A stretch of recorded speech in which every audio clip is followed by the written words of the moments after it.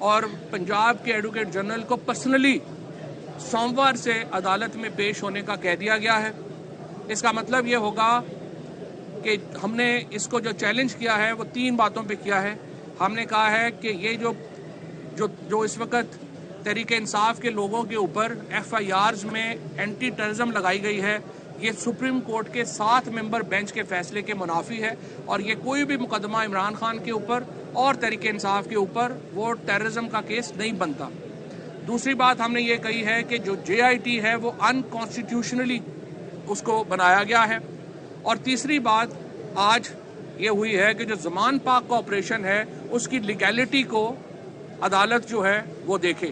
ان تینوں معاملات کے اوپر عدالت نے ایڈوکیٹ جنرل کو ذاتی طور کے اوپر، اٹارنی جنرل کو ذاتی طور کے اوپر پیش ہونے کا حکم دیا ہے، اور منڈے سے انشاءاللہ اس کی ڈے ٹو ڈے سماعت ہوگی. شکریہ. یہ بتائیے گا کہ ستار تنویر الیاس کے معاملے پر تحریک انصاف مطمئن ہے جو کبھی عدالت کے خلاف کارروائی ہوئی؟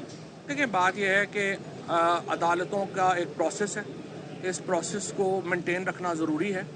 اگرچہ جو فیصلہ ہے اس کے اوپر ہمارے تحفظات ہیں، جیسے کہ سپریم کورٹ کا جو فیصلہ تھا جس میں قاسم سوری کی رولنگ کو غیر آئینی قرار دیا گیا تھا، اس پہ ہمارے تحفظات ہیں. لیکن ہم نے اس فیصلے کو بھی مانا تھا، ہم اس فیصلے کو بھی مانتے ہیں. یہ نہیں ہو سکتا ایک ایسے ملک میں جہاں پہ آئین ہو، ایک ایسی ریاست جو آئین کے ماتحت ہو، اس میں کوئی شخص یہ تو نہیں کہہ سکتا کہ ہم عدالت کے حکم کو نہیں مانتے. ظاہر ہے آپ نے پروسیس شروع کرنا ہے. ہم کو نون لیگ تو نہیں ہے، ہم پیپلز پارٹی تو نہیں ہے جو کہیں کہ ہم سپریم کورٹ کو بھی نہیں مانتے، ہم آئین کو بھی نہیں مانتے، اور جو ہمارا ہے وہ ہمارا ہے، اور جو صاحب آپ کا ہے وہ بھی ہمارا ہے. یہ والی پارٹیاں جو ہے نا، یہ ان کا مسئلہ ہے. ہم تو ظاہر پروسیس اس کو فالو کریں گے. دیکھیں جی، انتخابات نہ کرانے کے اوپر جو پچھلا حکم ہے اس میں 3 چیزیں. پہلا حکم یہ ہے کہ وفاقی حکومت فنڈ جاری کرے، جو وفاقی حکومت نے فنڈ جاری نہیں کیے. آرٹیکل 90 کے تحت وفاقی حکومت کا مطلب ہے وزیر اعظم اور کابینہ. لہٰذا اس حکم کی جو حکم عدولی ہے اس کے نتیجے میں وزیر اعظم اور کابینہ نااہل ہوگی، جو کہ وفاقی کابینہ ہے. اس کے بعد دوسرا حکم تھا IG پنجاب اور چیف سیکرٹری کو کہ آپ اس کا سیکورٹی پلان دیں. اب ہمیں نہیں پتا کہ انہوں نے سیکورٹی پلان دیا ہے یا نہیں دیا. اگر چیف سیکرٹری نے اور IG نے سیکورٹی پلان نہیں دیا تو ان کے خلاف کارروائی ہوگی. تیسرا پلان تھا کہ سیکرٹری ڈیفنس جو ہیں وہ اپنی سیکورٹی پروویژنز دیں. اب اگر انہوں نے سیکرٹری ڈیفنس نے نہیں دی تو پھر ان کے خلاف کارروائی ہوگی. یہ بتائیے گا کہ جس طرح وزیر اعظم آزاد کشمیر کو عدالت میں گھر جانا پڑا ہے، اس طرح سپریم کورٹ کی جو فیصلہ ہے اگر موجودہ حکومت اس پہ عمل درآمد نہیں کرتی تو کیا یہ بھی گھر جا سکتی ہے؟ دیکھیے، اس کی وجہ یہ ہے کہ اگر دو ہی صورتیں ہیں، یا تو الیکشن ہوں گے یا وزیر اعظم اور کابینہ گھر جائے گی. اور اگر گھر نہیں جاتی تو پھر تیسرا صرف یہ ہے کہ سپریم کورٹ بطور ادارہ ختم ہو جائے گا. Supreme court will cease to exist as an institution اگر اپنے احکامات پہ عمل درآمد نہیں کرا سکتی. تو پھر تو دیکھیں نا، ابھی بھی آپ دیکھیں کیا حالات ہیں. ہمارے کئی لوگ جو ہیں وہ اس لیے پری ریسٹ بیل میں نہیں گئے کہ ہم بیل کرا کے نکلیں گے کسی اور پرچے میں پکڑ لیں گے. یہ جو نیچے جو ہماری ماتحت عدالتیں ہیں ان میں پہلے یہ ہو گیا ہے کہ لوگوں کا اعتماد ختم ہو گیا ہے.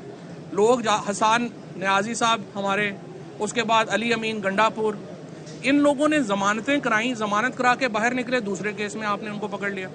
عدالتوں کے حکم کے اوپر، ماتحت عدالتوں کے حکم کے اوپر تو عمل ہی نہیں ہو رہے. اب اگر سپریم کورٹ کے حکم پر بھی عمل نہ ہوا تو اس کا مطلب یہ ہے کہ judiciary as an institution will cease to exist. اور اس کے بعد تو واحد طریقہ یہ ہے کہ لوگ سڑکوں پہ نکلیں گے اور اپنے رائٹس ریکلیم کریں، کیونکہ اس کے بعد تو ورنہ تو آئین تو ختم ہو گیا.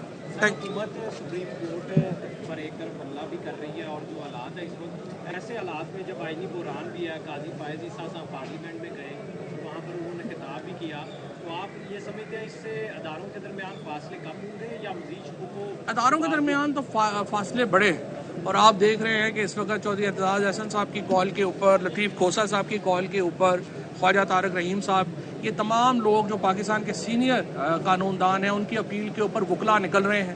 آج بھی سپریم کورٹ کے باہر سینکڑوں وکلا اکٹھے ہوئے ہیں.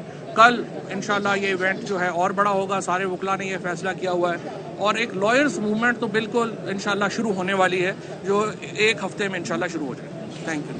فواد چودھری میڈیا سے گفتگو کرے تھے. انہوں نے توشہ خانہ کا ریکارڈ ابھی تک عوام کے سامنے نہیں لایا گیا ہے.